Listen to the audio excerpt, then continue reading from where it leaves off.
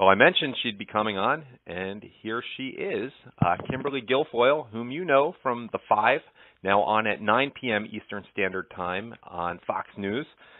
Kimberly, it's a real pleasure to have you on. Oh, hi. Thanks. It's great to be on your program. A lot of stories, and we're recording 3 hours before the first airing. The podcast comes out at 6 p.m., so some of these may be in flux. We know that. But let's just get started. You are a former prosecutor, San Francisco and LA, I believe, and you must have some strong feelings about James Comey, though by the time this airs, that news cycle may well be up. Well, listen, this is obviously a developing story, and it is big breaking news, but I think the president was pretty firm in his resolve and his opinion that Director Comey should not serve further as head of the FBI, as director. And so I think this was really just a matter of time, and then I think he followed the right process, which was to get the recommendation based on the investigation, the report prepared by his deputy AG, Rod Rosenstein, who prepared a very thorough evaluation and making that recommendation, which was consistent with the president's, feelings and decision. So in terms of that I think is, on solid grounds. The director of the FBI serves at the pleasure of the President of the United States. It's within his discretion to determine whether or not that person should continue in their position and if that is best serving the interests of the country. He made that determination. I think there's ample evidence to support it, and you've seen bipartisan, voices in unison on this issue, that this was somebody who had overstepped his bounds as director of the FBI, being judge and jury and prosecutor all in one. You saw that specifically with his initial decision saying that he did not recommend that there would be any prosecution or indictment of Hillary Clinton, and he overstepped bounds by taking the role of the Attorney General at the time, Loretta Lynch, and it is the sole purview of the prosecutor to determine whether or not charges should be filed.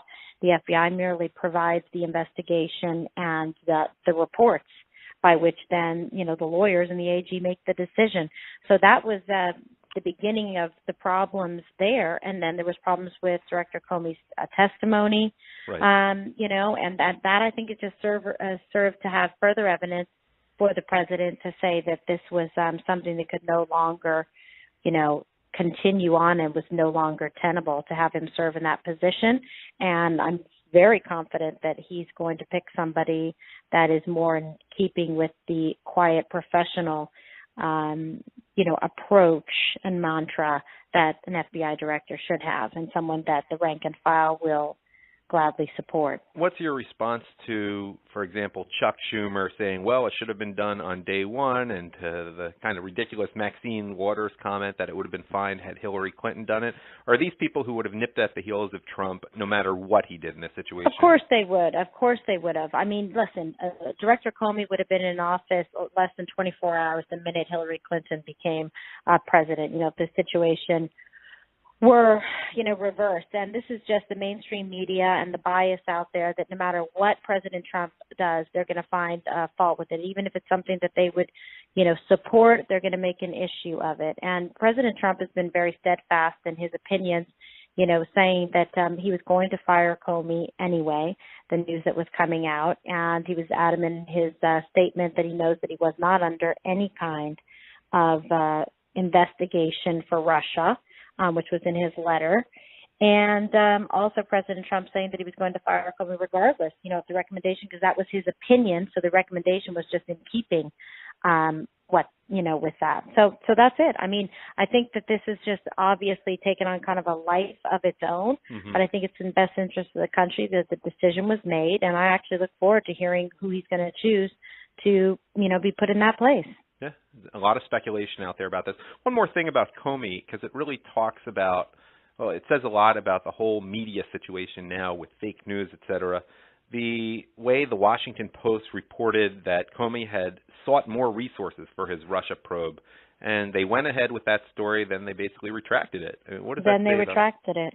Yeah, well, I mean, it's just the media so anxious to try to, castigate President Trump and try to impugn him and his administration and try to, impede him in any way with trying to achieve his policy goals. and objectives.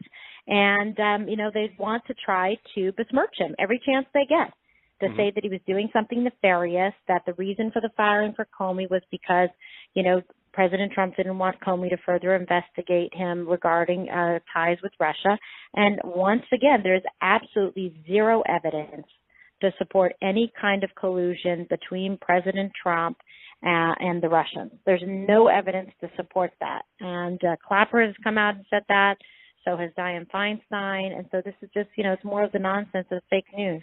Is it amazing how they keep going and going with that story? I mean, I have to think that there's some subtle eroding of their credibility among people in the middle and even on the left at this point. Yeah, when of course there is. The American public has become quite disgusted with the rampant bias, and, that's why the president's frustrated, but it was part of the, reasons that he won. The people wanted wholesale change in Washington, and this is why nothing ever gets done, because, the mainstream media just chases their own tail in circles with a false narrative that they'll go to any lengths to, perpetuate. Yeah, I loved how the president had the video montage of Democrats calling for Comey to be fired. I mean, don't they think that people are going to come up with this? I mean, it's amazing. Everyone knows. Really unbelievable. It really, really is. So it just shows that, they just lose credibility. They have just, no credibility when they behave in this fashion, because the evidence is there, but they don't seem to have any shame. I mean, it's one thing to lie, but it's another thing to lie and think that this isn't going to appear on the Internet by someone who's resourceful out there, wants to make a name for themselves on Twitter. And God bless them. And finally, one more thing on Comey. What do you make of the Jason Chaffetz angle? Him asking Chaffetz. Long day for me. I need another coffee. Yeah. Jason Chaffetz. I know who he is. I know plenty about him. Asking the DOJ to investigate the Comey firing. I think there's a lot of political posturing right now. I mean, what is there to investigate? No one is disputing that the man was overstepping his bounds and taking on a role that wasn't the proper purview of the FBI director. So what is there to investigate? The president can dismiss and fire the director of the FBI. He serves at his pleasure. And even Comey has had a statement saying that the president can fire the head of the FBI for any reason. So really, what is there to investigate? There is no guideline of proper, improper. You might have objected to the communications rollout on it, or some of the optics, but the decision in itself is well-grounded and constitutional. So there you go. Do you think Andrew McCabe won't be there too long? I don't really know about that. I mean, do I think he's going to be there, career long-term further than he already has? I don't know. I can't really speculate about that. Perhaps he's going to want to move on himself.